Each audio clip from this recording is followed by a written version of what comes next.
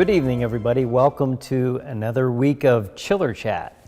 Now, tonight's guest is Stan Gordon. Stan's a nationally known paranormal investigator. Now, he's done books on UFO investigations, Bigfoot sightings, Mothman, you name it. Stan's covered it. He's been in the business for a long time, a very long time, since like the 50s. And I met up with Stan at the 2018 Butler Paranormal Conference in Lindora, Pennsylvania, a few weeks ago. And he talks with me a little bit about his books, about his investigations, both past and present. So there's a little bit of background noise because we were at the conference and you could hear, there's actually a guest speaker in the background. So if you hear some talking, that's what that is. So, but I hope you enjoy the show tonight, and it's my honor to introduce my guest, Stan Gordon. Hey, this is Brian Hogue, and we are at the 11th Annual Butler Paranormal Conference, and I'm here with Stan Gordon, nationally known paranormal investigator and author. Thank you, Stan, for joining me today. Thanks, Brian, for having me back on the show. Thank you. And wow, I see a ton of vendors out there, and there's just so many people interested in the paranormal. I think everybody is, there's more and more interest in this anymore. You know, I think people are looking for answers. What are they seeing? What are they hearing out there? So what can you tell us, what have you been doing lately? Well, I've been very busy. I mean, this is 59 years of research for me. Wow. And I still have never seen a UFO or Bigfoot myself, but I've interviewed thousands of witnesses. I've seen a lot of evidence. And there's no doubt in more recent years, I continue to see an increase in the public response, very positive public response to UFOs and cryptids and phenomena of various types. People have a great interest in it. And people just want to try to figure out what's going on. Yeah. I think more and more that's, you know, the doors are being opened to the public now with that, and I think more and more it's becoming more acceptable because you know, truthfully, everybody was worried about, you know, am I going to sound crazy? Am I going to, you know, is this, how are people going to respond to this? But I think people are, police officers, military people, pilots, you know, the people who you come in contact with over all the decades you've been doing this, you know. Very, you know, average, down-to-earth people, you know, who you're talking to. So I think it's okay to be discussing these things now in public. You know, you're finding more and more of that. So, but I can tell you, I deal with witnesses all the time. My hotline's been open since 1969. It never stops ringing. Between that and the phone calls I receive and the emails I receive, it's a non-stopping phenomenon. It goes on all year round, every year. Yeah. And I interview people from all walks of life, from children to, you know, parents, police officers. I've interviewed military commercial pilots and air traffic controllers and state troopers and people from all walks of life who have no reason to make up these stories, and 99% of them want no publicity. Right. But I can tell you, even today, the majority of witnesses I speak to, especially people who have very detailed, close observations, whether it's a UFO sighting or Bigfoot or other strange phenomena, they are still very reluctant publicly to want to talk about it. That's not uncommon whatsoever. And in fact, I still find that some of the best witnesses are people who would not believe these things could occur until they have their own encounter. And for many, it's a life-changing event. Yeah, I would imagine so. Did they let you know before they talked to you that they don't want their information, you know, shared, or after the interview or while you're interviewing them? Do they say, "I'll tell you a little bit more, but as long as my name's not included"? Yeah, most of them don't mind sharing the experience. A lot of them will say right away, "I don't want you to think I'm crazy." Yeah. Okay, but this is what I saw, and I really need to talk to somebody about it. Yeah. And then many a times when they talk to me, they feel much better because they realize, gee, I'm not the only one seeing something similar. Other people seeing it too. Yeah, I think that's a big thing, is people saying, I'm not alone. Yeah. I just don't know what I just saw out there. I don't know, I can't talk to my friends about this, you know. And when they talk to somebody like you or one of the investigators, like some of these people out here, they feel a little bit more maybe part of a community. Somebody, you know, these people who who have experienced these events, it's got to be, when you see something like that, it has to be surreal. It has to be, you have to be thinking, am I seeing this? Is this really happening? Yeah. You know? And there's a lot of people, some people have told me, they said, I believe after I saw what I saw, I was in your state of shock. Yeah. Especially with Bigfoot witnesses. Yeah. They said, I could not believe when I saw what I saw because they aren't supposed to be real. Yeah. And now I saw it. I mean, I just a few months ago, I think it was in January, I met 3 individual witnesses from the greater Pittsburgh area who don't know each other. They all were reporting to me incidents that happened the previous October. And one of those witnesses, I can tell you, it was a very experienced outdoorsman and hunter. But he experienced something while camping out in a particular area, in the greater Pittsburgh area, that, I mean, it scared him so bad. I mean, he was physically shaking when he was talking to me. Yeah. And he said, I'll never go out by myself in the woods again. He said, this was so traumatic for me, I could not believe what happened. And another witness not only heard the horrific screams and cries, but later saw an 8-foot tall hairy creature with long arms in the greater Pittsburgh area. So that was just this past October. Well, I was talking to you when we were talking last on the phone. I was amazed at, you were sharing some of the things that have been happening just in northwest Pennsylvania, more specifically even in Butler County. I'm like, I live in Butler County. Like, I can't believe that, you know, like, wow, this is happening right here, where I live, and I didn't hear about it, you know. And that's when I talked to you last time, that was another thing that was kind of surprising to me, is the Kecksburg incident. I had never heard about that until I used to be a police officer, and I was driving around on patrol one night, and I heard you on Coast to Coast. You were a guest on the show, and you were talking about the Kecksburg UFO crash. And that's how that's what caused me to get in touch with you. And but there are so many things that happen right here in Pennsylvania, and that's my point of all this. Is there's so much of it that happens right here, and we don't hear about it. You know, it's not mainstream, you know, conversation. Well, the main reason you don't hear about it is because the witnesses don't want any publicity. Right. Okay, Yeah. that's the main reason. Yeah. I mean, in the last few years, there's been significant UFO, Bigfoot, cryptid cases all around Western PA, including Butler County. And last year was very busy with reports, and we've already had some very significant strange cases this year as well. It's something that goes on all year round, and all type of weather conditions. And you just 99% of what goes on, you're not going to hear about in the news because people don't want to be laughed at. Yeah. Well, you know, people are reporting it more, like we just mentioned, and I think that they're thinking, if I can remain anonymous, I will report it. But you go out and you talk to them. I'm sure you get a certain feel of these people while you're talking to them, and they believe that they saw what they saw, I'm sure. Oh yeah. And I mean, after interviewing so many thousands of witnesses over the years, you look for the patterns, you look for particular little details, and so many of these people are giving you little details that the average person probably may not even know. Yeah. And yet there's a whole similarity from years gone by of these little details that keep showing up in some of these reports. Yeah. And so it's very fascinating. One of the things that I was amazed to hear about is it Shikora?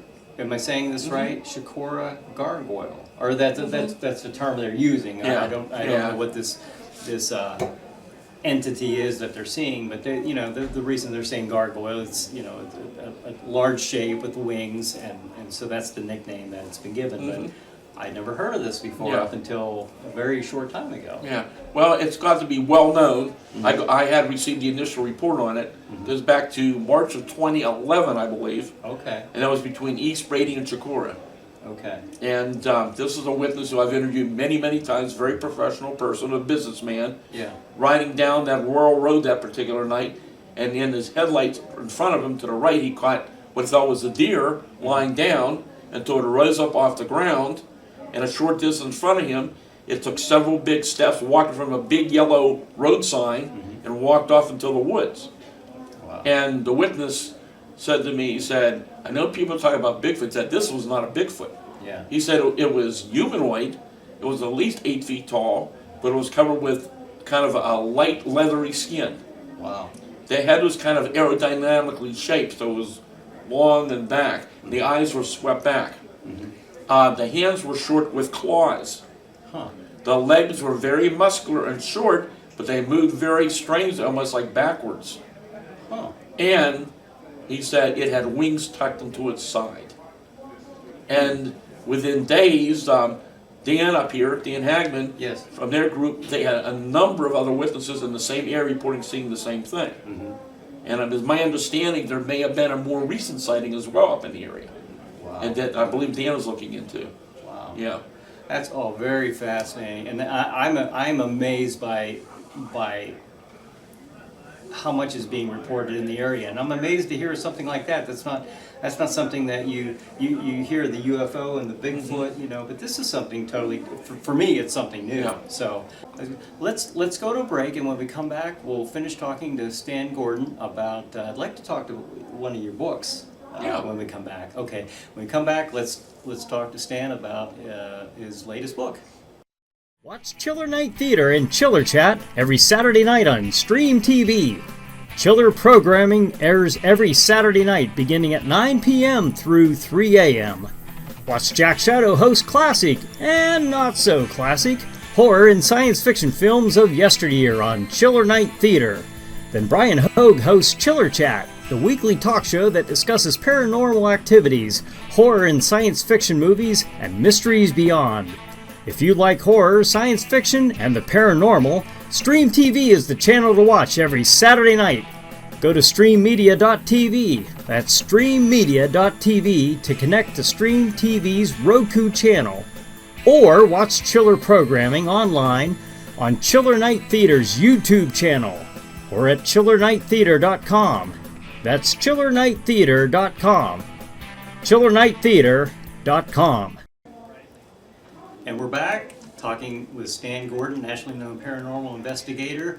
Stan, Astonishing Encounters, and this is your latest book? Yes. Okay, and what kind of intrigued me about this, about hearing about it, was you have incidents that have occurred in Butler County. Yes. Okay, now that's my backyard. So, what can you tell me about what's been going on in Butler County, or some of the events that you've Well, talked the book actually covers all kind of cryptids, all kind of creatures that science has not confirmed or they're out of place.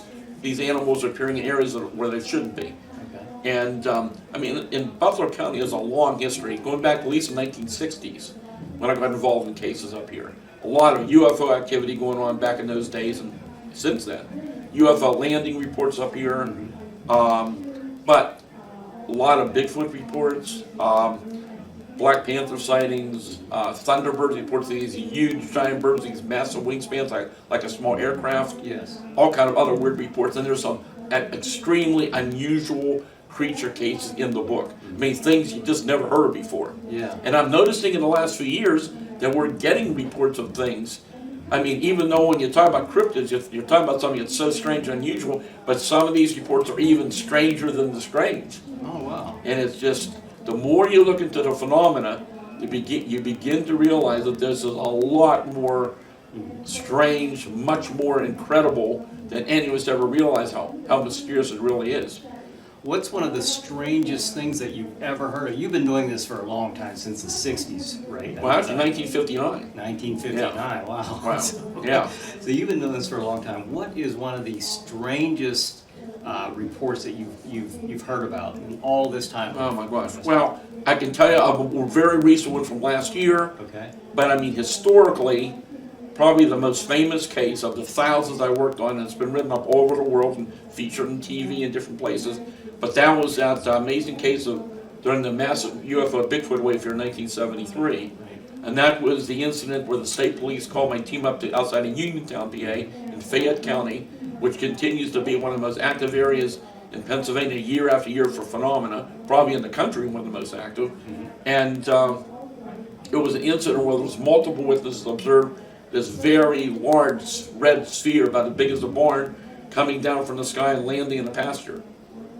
And to make the story short, when the incident was investigated by the farmer's son and and 2 other neighbor boys, and they went up that night to see if this thing was going to land, and they went up and they're about 250 feet away from this thing, which is now on the ground. But now it's just a great big, maybe 100-foot diameter, big white dome, making this high-pitched whining noise, illuminating the whole area. And they're standing there in amazement, and then their attention drawn about 75 feet away to a barbed wire fence. And along that fence, these 2 tall creatures, one behind the other, walking towards them. One's about 8 feet tall, the other's about 7 feet tall. Wow. Basically, Bigfoot shape. Wow. Long, dark, matted hair, no neck, arms are so long it was down to the ground, making this loud baby crying sound, luminous, glowing green eyes. Before the 3 fellows went up into the field, the farmer's son went over to his dad's farm and grabbed a handful of ammunition with a .30-06. Okay. He didn't realize in the ammunition were 2 tracers. Okay. So those that hunt know you just get that luminous trail. Right. Okay. So as they're up in the field, and they're all watching this, the one kid, the young kid, is so scared he runs out of the field. The other kid starts yelling, "Shoot him! Shoot him!" He takes a shot. It was a tracer. Oh, okay.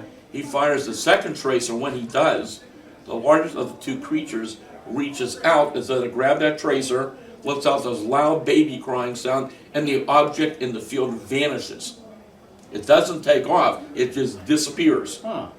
And the creatures turn around, so it's slowly walking back along that barbed wire fence towards the woods.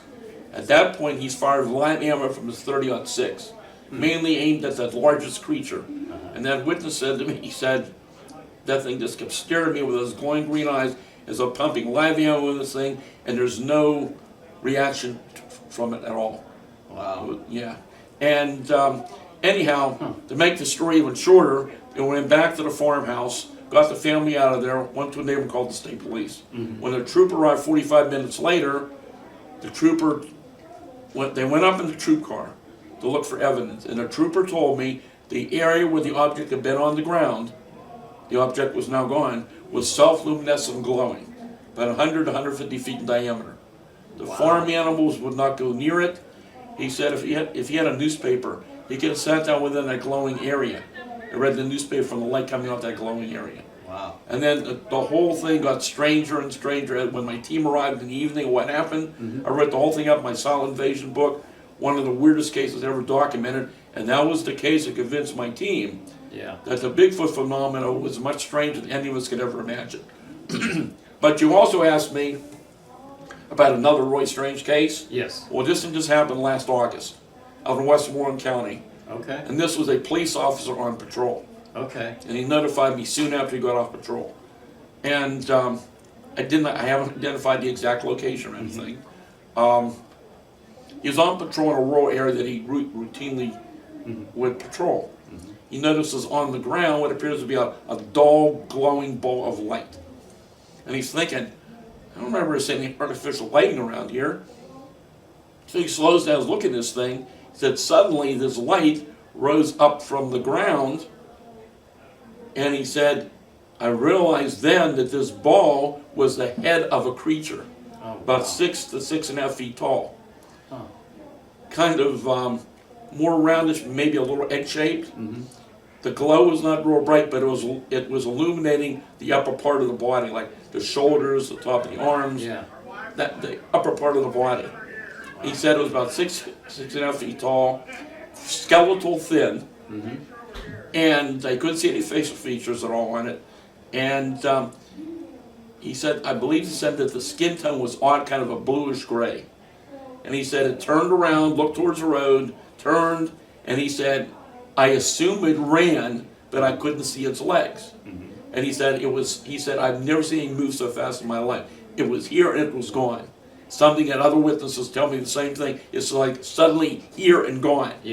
And he said, I could not believe what I saw. And he pulled up when the creature left, put his searchlight on, looked everywhere, found no evidence of anything. A few weeks later, I got a second report from another witness, miles from there, not that far away, who saw something very similar and approached him about 35 feet away. Then Lon Strickler over Phantoms and Monsters sent me a report. He put it on his website. I bet the incident happened here in February outside of Pittsburgh, of something tall and thin, somewhat similar was seen. And now I've got another report from just a couple weeks ago from a witness who saw something similar a few months ago in another part of Pennsylvania. So I'm waiting to follow up on that one. Up until the point when the officer talked to you, before that conversation, had you heard of anything similar to that? That is a little more, especially with the glowing head. Yeah, even yeah, though I've had something reports specific. I've had reports of these things where the whole figure was luminous and glowing, but they're not that common. Yeah. We've had reports of floating right above the road in fields over the years. So that really didn't stand out, but the skeletal thin, the coloring in that was very, very unusual. I'm not to say it's unique, because I've heard something somewhat similar, but very, very puzzling. Wow, that's incredible. And obviously a police officer, I would know. I mean, you're trained to be observant, you know, and if something is that unusual, you try not to keep it to yourself. Okay, well, we're going to go on one more break, and when we come back, we'll finish talking with Stan Gordon about the unexplained. If you'd like to be a guest on Chiller Night Radio or Chiller Chat, contact Brian Hogue at chillernighttheater.com. Just go to the contact page to submit your email. Topics include mysteries beyond, secret societies, horror and science fiction movies, paranormal investigations, and much more. To inquire about being a guest on the show, go to chillernighttheater.com to submit your request. Go to chillernighttheater.com. That's chillernighttheater.com. We're back with Stan Gordon, and right here, this is your first That was my first book. Really yeah. Mysterious Pennsylvania. This talks about UFOs, Bigfoot, and other weird encounters, Casebook 1.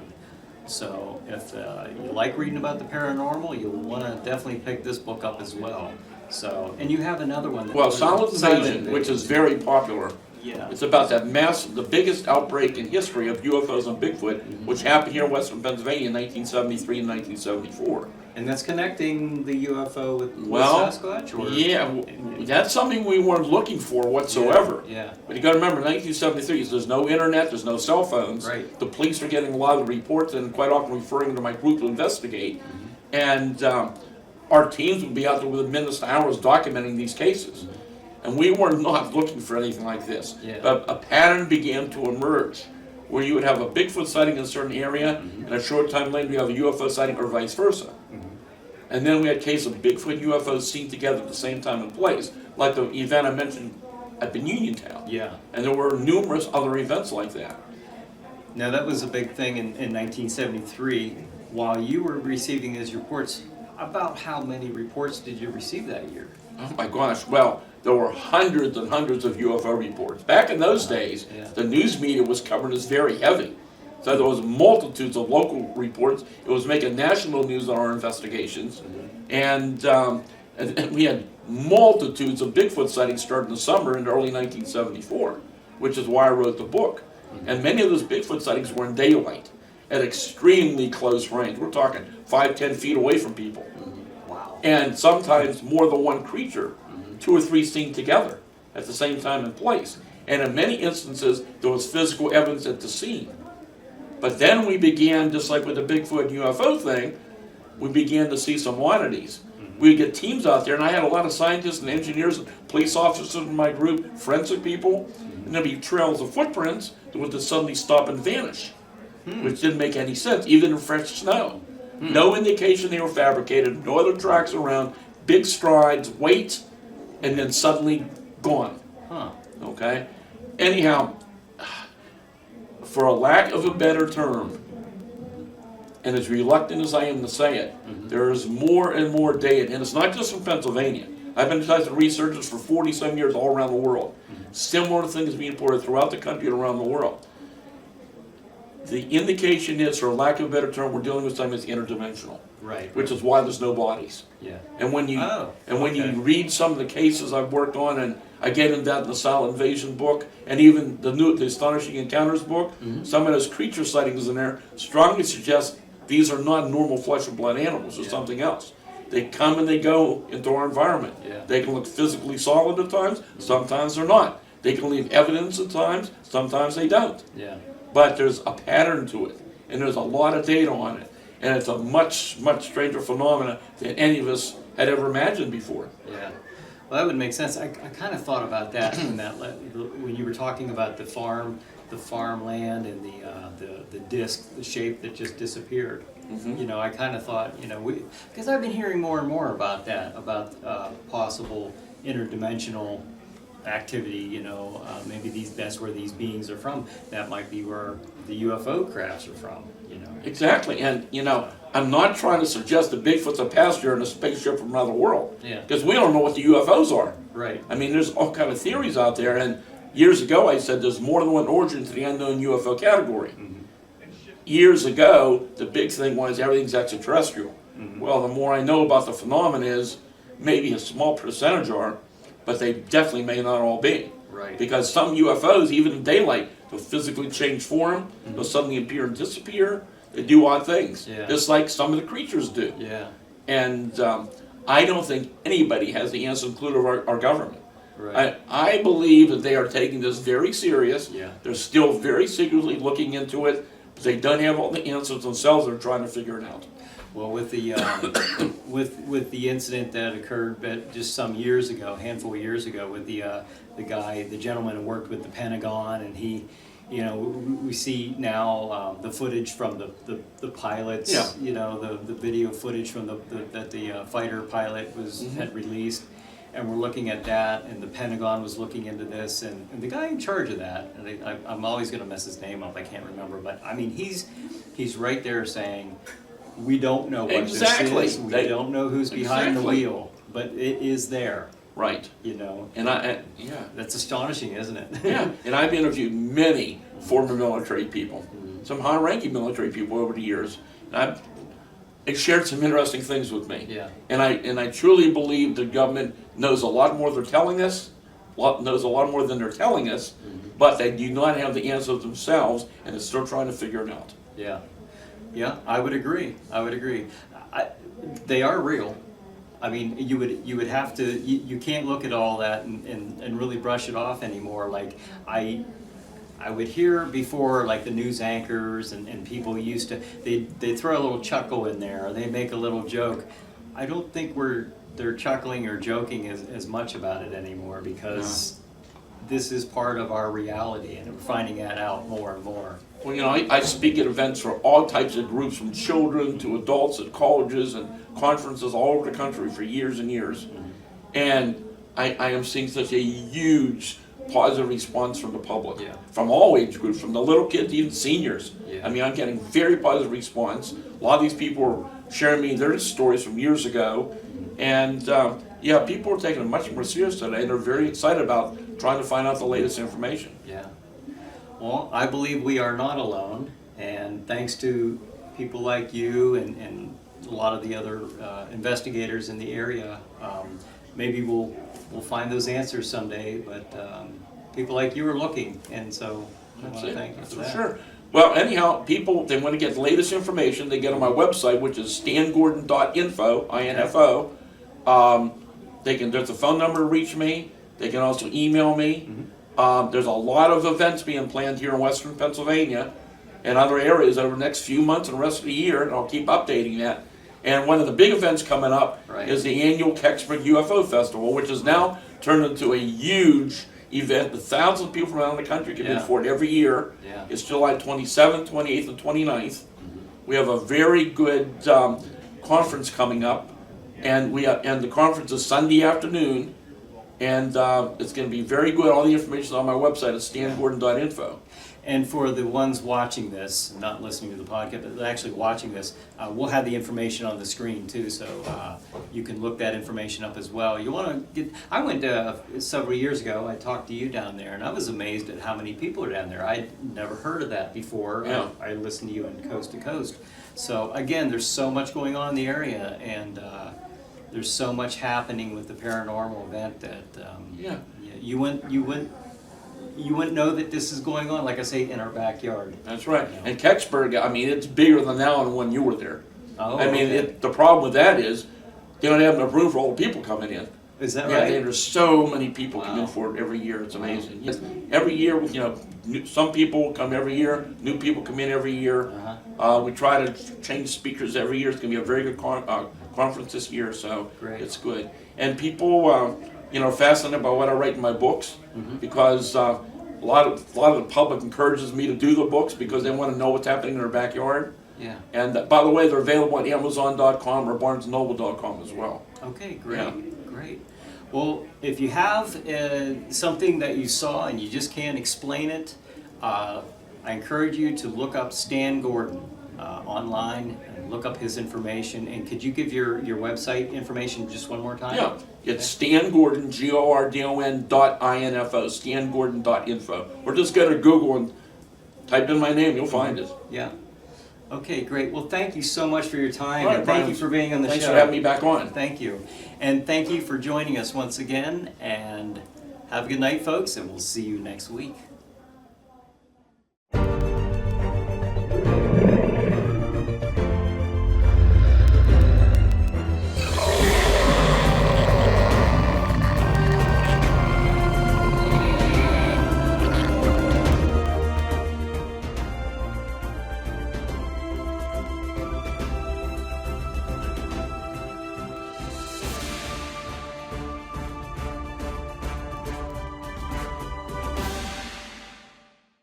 How many times do I have to tell you, just because something isn't good doesn't mean it's bad?